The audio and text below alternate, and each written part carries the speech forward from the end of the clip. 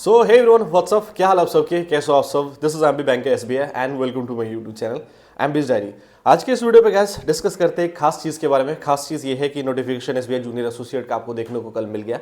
ठीक है, जैसा कि मैंने एक्सपेक्ट किया था एंड आपको बताया था कि नोटिफिकेशन आपको दिसंबर एंड तक देखने को मिलेगा। सो फॉर्चुनेटली कल आपको नोटिफिकेशन देखने को मिलेगा एंड ये भी चीज़ बताया था कि जो नोटिफिकेशंस है तो एक्सपेक्टेड नंबर ऑफ वैकेंसीज मैंने ये भी बताया था कि 10,000 के आसपास होगी। सो फाइनली 14,000 के आसपास वैकेंसीज आपकी है इस बार। तो चलिए कुछ डिस्कस करते हैं कि क्या क्या चीज़ें करनी है, क्या क्या चीज़ें नहीं करनी है। ध्यान से देखना इस वीडियो को, ठीक है। बाद में रिग्रेट नहीं होना चाहिए कि सर ने बताया था एंड वो चीज़ मैंने सुना नहीं था या किया नहीं था, ठीक है।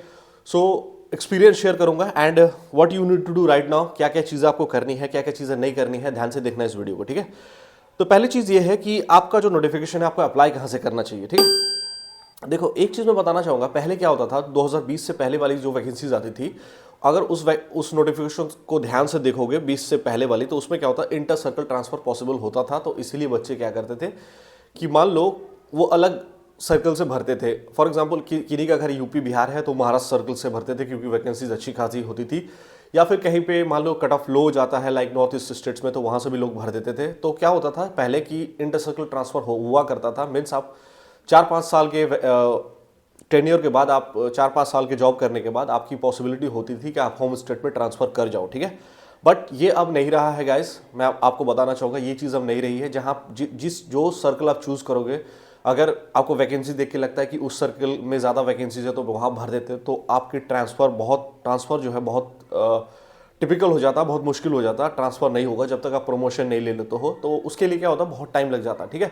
So better it is my humble request to you कि कोशिश करना कि नोटिफिकेशन जो फॉर्म है अपने स्टेट से भरने की कोशिश करना, ठीक है। एकदम से फॉर एग्जांपल कि एकदम से लास्ट स्टेज है आपका, मींस एज खत्म होने वाला है, तब आपको लगता है कि job is more important then your transfer, फिर आपको भर देना चाहिए दूसरा स्टेट। बट अगर आपके पास टाइम है, अगर थोड़ी हिम्मत है, तो डेयर करना, क्योंकि देखो जॉब के बाद क्या होता है रिग्रेट होता है आपको। मेरे कई बहुत सारे ऐसे फ्रेंड्स हैं कि जो है बिहार झारखंड से एंड उन्होंने फॉर्म भर रखा था महाराष्ट्र से, या फिर आप कह सकते हो नॉर्थ स्टेट से। नॉर्थ ईस्ट स्टेट जो होता है ना, वहाँ का कट ऑफ थोड़ा कम जाता, तो वहाँ से भर रखा था। तो अभी उन्हें प्रॉब्लम हो रही है कि भाई ट्रांसफ़र नहीं मिल रहा है। सो ये थोड़ा देख लेना, तो कोशिश करना कि अपने स्टेट से फॉर्म भरने का। बाकी अगर आपको अच्छा लगता है कि जॉब इंपॉर्टेंट है, नहीं भरना ही है, नौकरी लेना ही है इस साल, तो आप भर सकते हो डेफिनेटली। आप दूसरा सर्कल भी भर सकते हो, ठीक है। अब बात करते, देखो ये चीज़ हो गया कहाँ से भरना, क्या चीज़ें करनी है। अगली जो चीज़ के बारे में बात करना चाहूँगा मैं, बहुत इंपॉर्टेंट है वो है कि क्या अभी आपको क्या करना चाहिए। देखो अगर आपको चाहिए कि इस बार जो ये वाला नोटिफिकेशन है, जो 4-5 महीने के अंदर आपको रिजल्ट्स भी इसके देखने को मिल जाएगा फाइनली, ठीक है। तो अगर आपको चाहिए कि अगर 6 महीने में आपको बैंक ज्वाइन करना है, एक चेयर में जाके बैठना है, तो अभी से ही आप इंटीग्रेटेड प्रिपरेशन शुरू करो। दैट इज प्रीलिम्स और मेंस दोनों को लेके चलो, ठीक है। एक दिन प्रीलिम्स का मॉक लगाओ, एक दिन मेंस का मॉक लगाओ, अल्टरनेट में लगाओ, ज़्यादा टेंशन लेने की जरूरत नहीं है। अल्टरनेट मॉक्स लगाते रहो, ठीक है। एंड मोस्ट इंपॉर्टेंट थिंग कि एनालिसिस करो मॉक का, स्पेशली मेंस का जो है, क्योंकि बहुत सारे ऐसे बच्चे होंगे जिनका प्रीलिम्स निकल जाता बट मेंस नहीं हो पाता, ठीक है। तो उनके लिए बहुत हम्बल सजेशन रहेगा ये चीज़ मेरा कि आप मेंस का ज़्यादा फोकस करो मेंस पे। प्रीलिम्स अगर जिनका प्रीलिम्स एकदम से वीक है, प्रीलिम्स नहीं निकलता है, तो उनको डेफिनेटली प्रीलिम्स पे ज़्यादा फोकस करना चाहिए। लाइक 2-2 मॉक लगाओ प्रीलिम्स के अभी, ठीक है। एंड कोशिश करो कि एक मॉक वीकेंड्स पे, जिनका प्रीलिम्स नहीं निकल रहा उनके लिए मैं कह रहा हूँ 2 मॉक डेली प्रीलिम्स का लगाओ, ठीक है। एंड वीकेंड्स में मॉक्स लगाओ मेंस के, 2 मॉक्स स्पेशली वीकेंड्स पे। एंड कोशिश करो कि एनालिसिस करने का, प्रीलिम्स अगर किए हो, अगर आपको 40-50 मार्क्स आ रहे हैं तो कोशिश करो कि 60+ कैसे जाएगा, ठीक है। मेंस में अगर लग रहा है कि कम मार्क्स आ रहे हैं, 80+ लाने की कोशिश करो, 85+ लाने की कोशिश करो, क्योंकि कट ऑफ उसी के आसपास रहता है 70 से 90 के बीच में। जैसा पेपर होगा मेंस का उस हिसाब से ही आपका कट ऑफ होगा, ठीक है। तो अगर लगता है कि जस्ट 1-2 मार्क्स से मेंस छूट जा रहा है, तो you need to prepare integrated, ठीक है। दोनों का एक साथ प्रिपरेशन करो, प्रीलिम्स के भी मॉक्स लगाओ, मेंस के भी मॉक लगाओ एंड एनालिसिस करो उसका, ठीक है। करंट अफेयर्स के बारे में मैं स्पेशली एक बात करना चाहूँगा। करंट अफेयर्स देखो ये चीज़ लास्ट 11th आवर के लिए, 12th आवर के लिए मत रखो, ठीक है, कि लास्ट टाइम में कर लेंगे, ठीक। एंड 2-3 महीने 4 महीने का करंट अफेयर्स एक दिन में पढ़ लेंगे, ये चीज़ बिल्कुल मत करो। अभी आपके पास टाइम है, ठीक है। मेंस का पेपर अभी बहुत लेट है, तो अभी से ही आप कोशिश करो कि करंट अफेयर्स स्पेशली 4 से 4.5 5 महीने का, 4 से 5 महीने का सफिशियंट होता है। एसबीआई पीओ हो या एसबीआई क्लर्क हो, 5 मंथ्स इज सफिशियंट।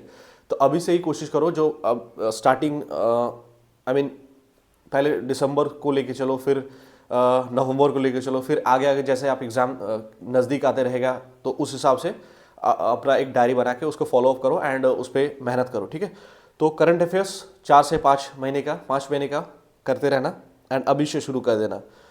अब बात करते हैं सैलरी क्या होगी एसबीआई जूनियर एसोसिएट आप जब क्लियर कर लोगे, मीन्स जब चेयर पे जाके आप बैठ जाओगे नेक्स्ट 6 महीने बाद, तो आपकी सैलरी कितनी हो जाएगी स्टार्टिंग सैलरी देखो ग्रॉस ऑलमोस्ट 44-45,000 के आसपास आपकी ग्रॉस चली जाएगी एंड इन हैंड अराउंड 40 के आसपास आपको मिल जाएगा, ठीक है।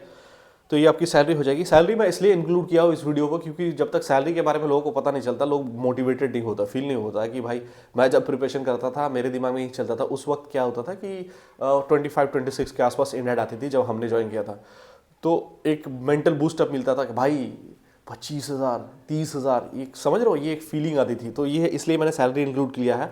सो 40,000 प्लस आपकी सैलरी हो जाएगी in hand after you join SBI junior associate, ठीक है। अगली चीज़ ये है कि होम पोस्टिंग चांसेस, बहुत सारे ये पूछना चाहते थे कि सर होम पोस्टिंग के कितने चांसेस हैं। तो जैसा कि मैंने अभी थोड़ी देर पहले आपको बताया कि जब तक आप अपना सर्कल ही चूज़ नहीं करोगे, अपना स्टेट ही चूज़ नहीं करोगे, तब तक आपको होम सर्कल कैसे मिलेगा, होम स्टेट कैसे मिलेगा। सो होम स्टेट के लिए लेने के लिए सबसे इंपॉर्टेंट चीज़ कि आपको अपना सर्कल भरना है, अपना स्टेट फॉर्म भरना है। उसके बाद फॉर एग्जांपल कि आप डिफरेंट शेयर्स होंगे आपके स्टेट में, तो क्या होता है 1-2 साल 3 साल के बाद चांसेस होते हैं कि आप अपना एकदम से होम डिस्ट्रिक्ट आपको मिल जाए। तो सबसे इंपॉर्टेंट चीज़ है कि पहला अपना होम स्टेट चूज़ करोगे तभी आपको होम डिस्ट्रिक्ट मिलने के चांसेस होंगे, घर के आसपास पोस्टिंग होने के चांसेस होंगे। सो कोशिश करना कि अपना सर्कल ही फॉर्म भरना। बहुत एकदम एक्सट्रीम केस है कि एकदम नहीं हो पा रहा है, दूसरा स्टेट से ही आप कर पाओगे तभी भरना, वरना अपना स्टेट से ही फॉर्म भरना। So thank you for watching. बाकी एनी क्वेरीज, कोई भी अगर दूसरी क्वेरीज हो आपको मुझे कमेंट में बताना, मैं स्पेशली वीडियो बना के आपको वो पॉइंट समझा दूंगा। Thank you for watching, all the best to all of you. अच्छे से प्रिपेयर करो, लगे रहो, तगड़े होकर इस बार आपको जूनियर एसोसिएट क्लियर करना है। Thank you for watching, cheers.